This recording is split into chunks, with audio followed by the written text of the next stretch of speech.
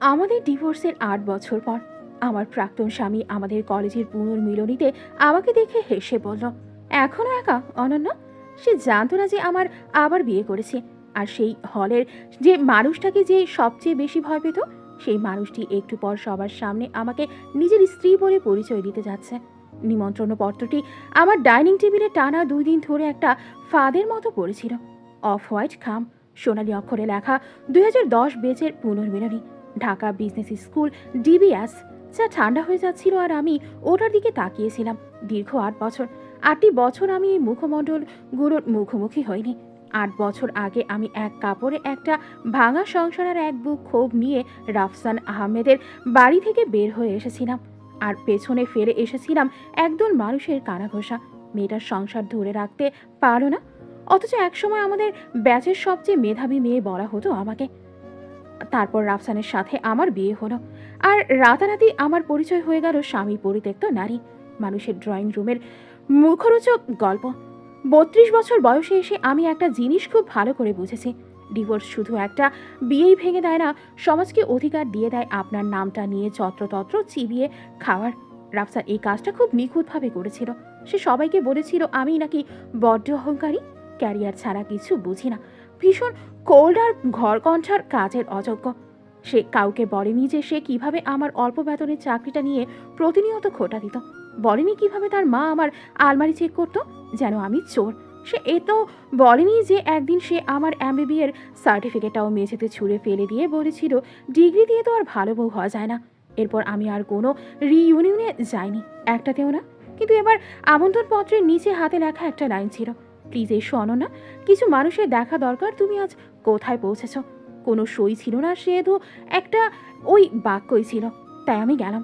আমি একটা গাঢ় সবুজ রঙের জামদানি শাড়ি পরলাম, কানে ছোট ডায়মন্ডের টপ, আর মুখে সেই শান্ত ভাব যা কোনো প্রশংসার অপেক্ষায় থাকে না। উত্তরার 5 স্টার হোটেলের বলরুমটা ফেয়ারি লাইটের আর বিলাসী আবহাওয়ায় ঝলমল করছিল। পুরনো সহপাঠীরা একে অপরকে জড়িয়ে ধরে চিৎকার করছিল, পুরুষরা নিজেদের গাড়ির মডেল নিয়ে বড়াই করছিল, আর নারীরা তুলনা করছিল তাদের সন্তান, বিদেশ ভ্রমণ, স্কিন ট্রিটমেন্ট আর স্বামীরা।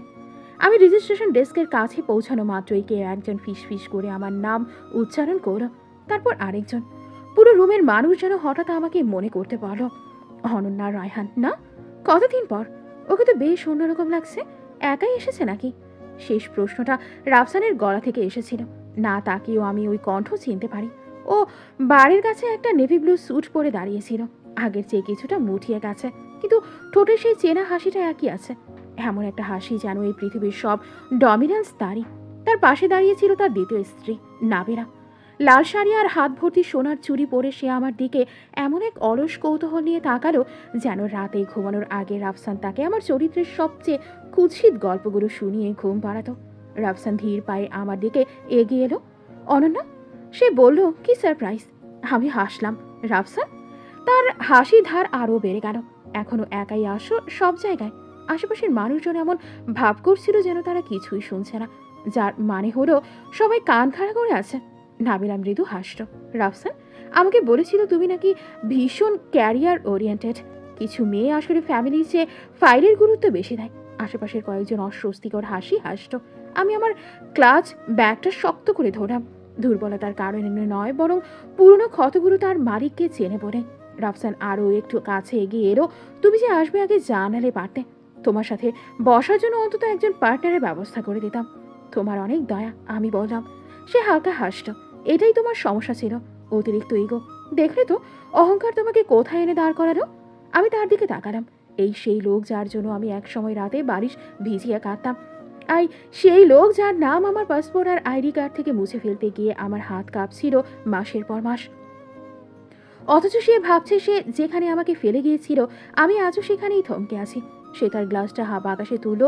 টু ওল্ড মেমোরিজ, আর আমাদের নতুন জীবনের জন্য আমরা অন্তত পরিবার তো গড়তে পেরেছি। নাবিরা আলতো করে তার পেটে হাত রাখল। সে প্রেগনেন্ট, অবভিয়াসলি। পুরো রুমের মানুষ সেটা নোটিশ করল, আর রাফসান ঠিক সেটাই চেয়েছিল। কেউ একজন হাততালি দিল, কেউ অভিনন্দন জানালো। তারপর সে আবার আমার দিকে ঘুরো। তা অনন্যা, এখনই কি কোনো ছোটখাটো ফার্মে চাকরি করছো? আমার হাসি পেয়ে গেল। ছোটখাটো ফার্ম? সে যদি জানতো, কিন্তু কিছু জবাব দেরিতে দিলেই বেশি সুস্বাদু লাগে। চাকরি করছি, আমি সংক্ষেপে বললাম, ভালো। সে উত্তর দিল, একাকী মানুষদের ব্যস্ত থাকাটাই শ্রেয়। কথাগুলো তীরের মতো এসে বেঁধল, ঠিক আগের মতোই নিষ্ঠুর আর চেনা। এক সেকেন্ডের জন্য আমি আবার 24 বছরের সেই মেয়েটি হয়ে গেলাম, যে রাফসানের মায়ের রান্নাঘরে দাঁড়িয়ে কাঁদছিল কারণ একটা রুটি পুড়ে গিয়েছিল, আর রাফসান ড্রয়িং রুমে বসে বন্ধুদের বলছিল, বাদ দাও তো, ওসব ফ্যামিলি মেনটেন করা ওর কাজ না। ঠিক তখনই আমার ফোনটা ভাইব্রেট করলো। একটা মেসেজ, পিকড আপ, 5 মিনিটসে ঢুকছে। রাফসান নামটা দেখার আগে আমি স্ক্রিন লক করে দিলাম। ও সেটা খেয়াল করলো। বয়ফ্রেন্ড? সে হেসে জিজ্ঞেস করলো। না। আহা, তাহলে কেউ একজন আছে।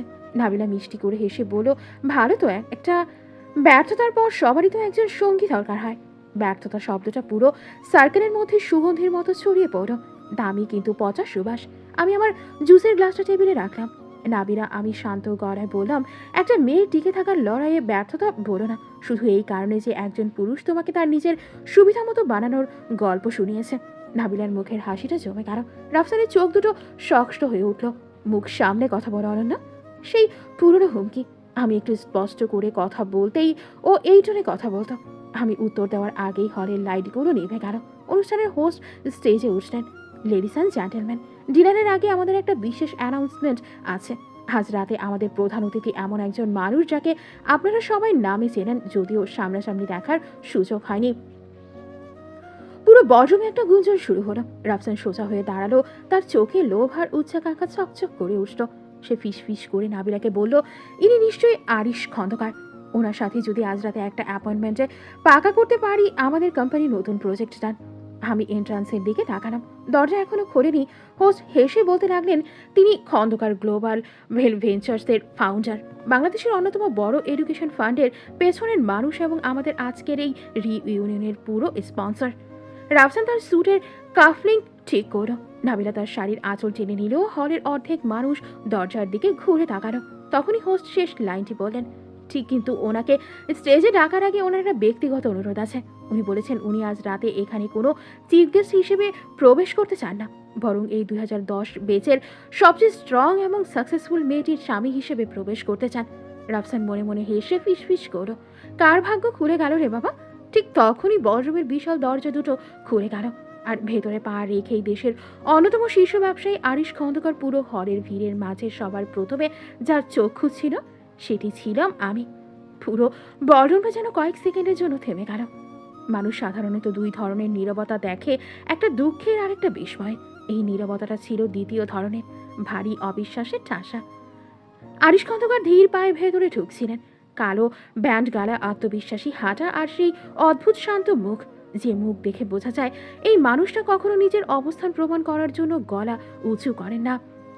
তার পেছনে কয়েকজন সিকিউরিটি আর ইভেন্ট ম্যানেজার ছিল, কিন্তু তিনি কাউকে দেখছিলেন না, শুধু আমাকে। আমার বুকের ভেতরটা কেমন যেন ধক করে উঠল। 8 বছর আগে সেই ভাঙা মেয়েটার সাথে আজকের এই মুহূর্তের দূরত্বটা হঠাৎ খুব স্পষ্ট হয়ে গেল।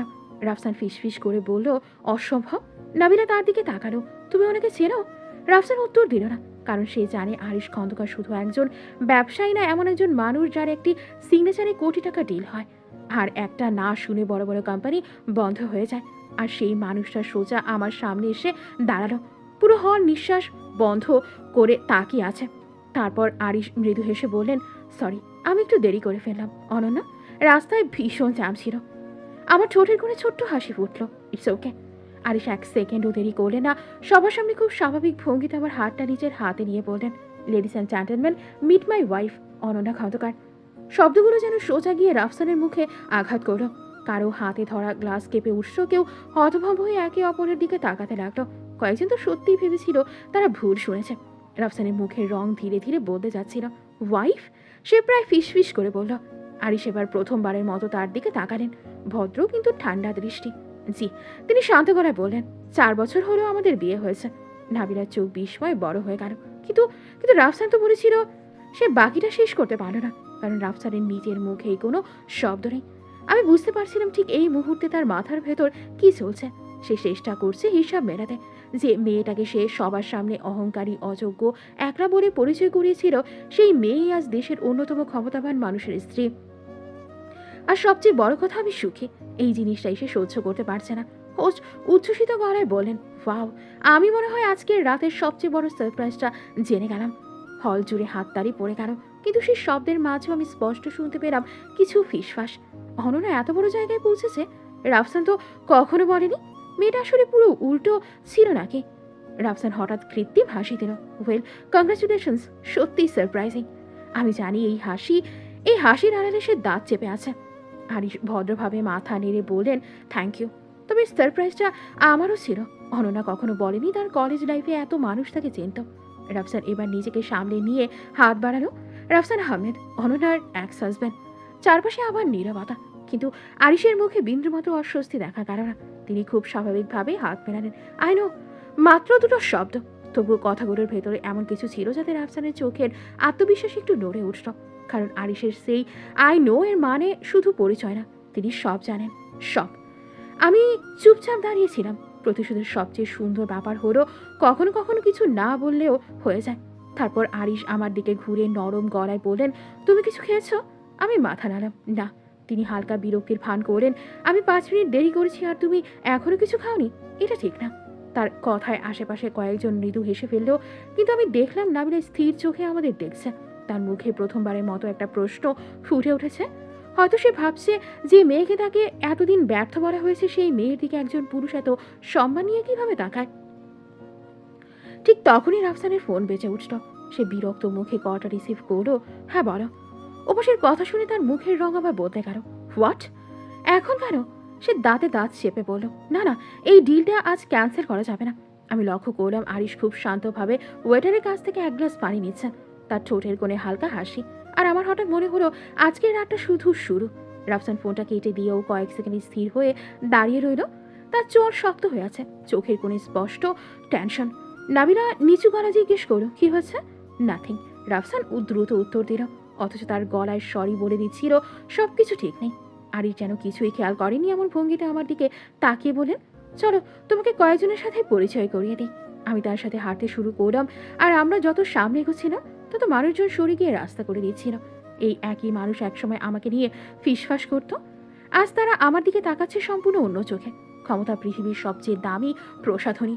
একজন সিনিয়র প্রফেসর এগিয়ে এসে বললেন, অনন্যা, আমি তো বিশ্বাসই করতে পারছি না তুমি আরিশ খন্দকারের স্ত্রী। আমি বিনীত হেসে বললাম, জি স্যার। তিনি মাথা নেড়ে বললেন, তোমাকে আমি সবসময় ব্রিলিয়েন্ট স্টুডেন্ট মনে করতাম। পেছন থেকে কেউ খুব আস্তে বলল, রাফসান তো বলতো অনন্যার সংসার ছাড়া কিছু বোঝে না। আরেকজন ফিসফিস করলো, আমার মনে হয় উল্টোটা সত্যি ছিল। মানুষ খুব অদ্ভুত। সত্য জানার আগে তারা গল্পে বিশ্বাস করে, আর সত্য জানার পর এমন ভাব করে যেন তারা শুরু থেকেই সব বুঝত। আমি দেখলাম রাফসান দূর থেকে আমাদের লক্ষ্য করছে। তার হাতে ধরা গ্লাস প্রায় অর্ধেক খালি। সে হঠাৎ এগিয়ে এলো। মিস্টার খন্দকার, সে কৃত্রিম হাসি নিয়ে বলল, আমি আসলে অনেকদিন ধরেই আপনার সাথে একটা মিটিং সেট করার চেষ্টা করছিলাম।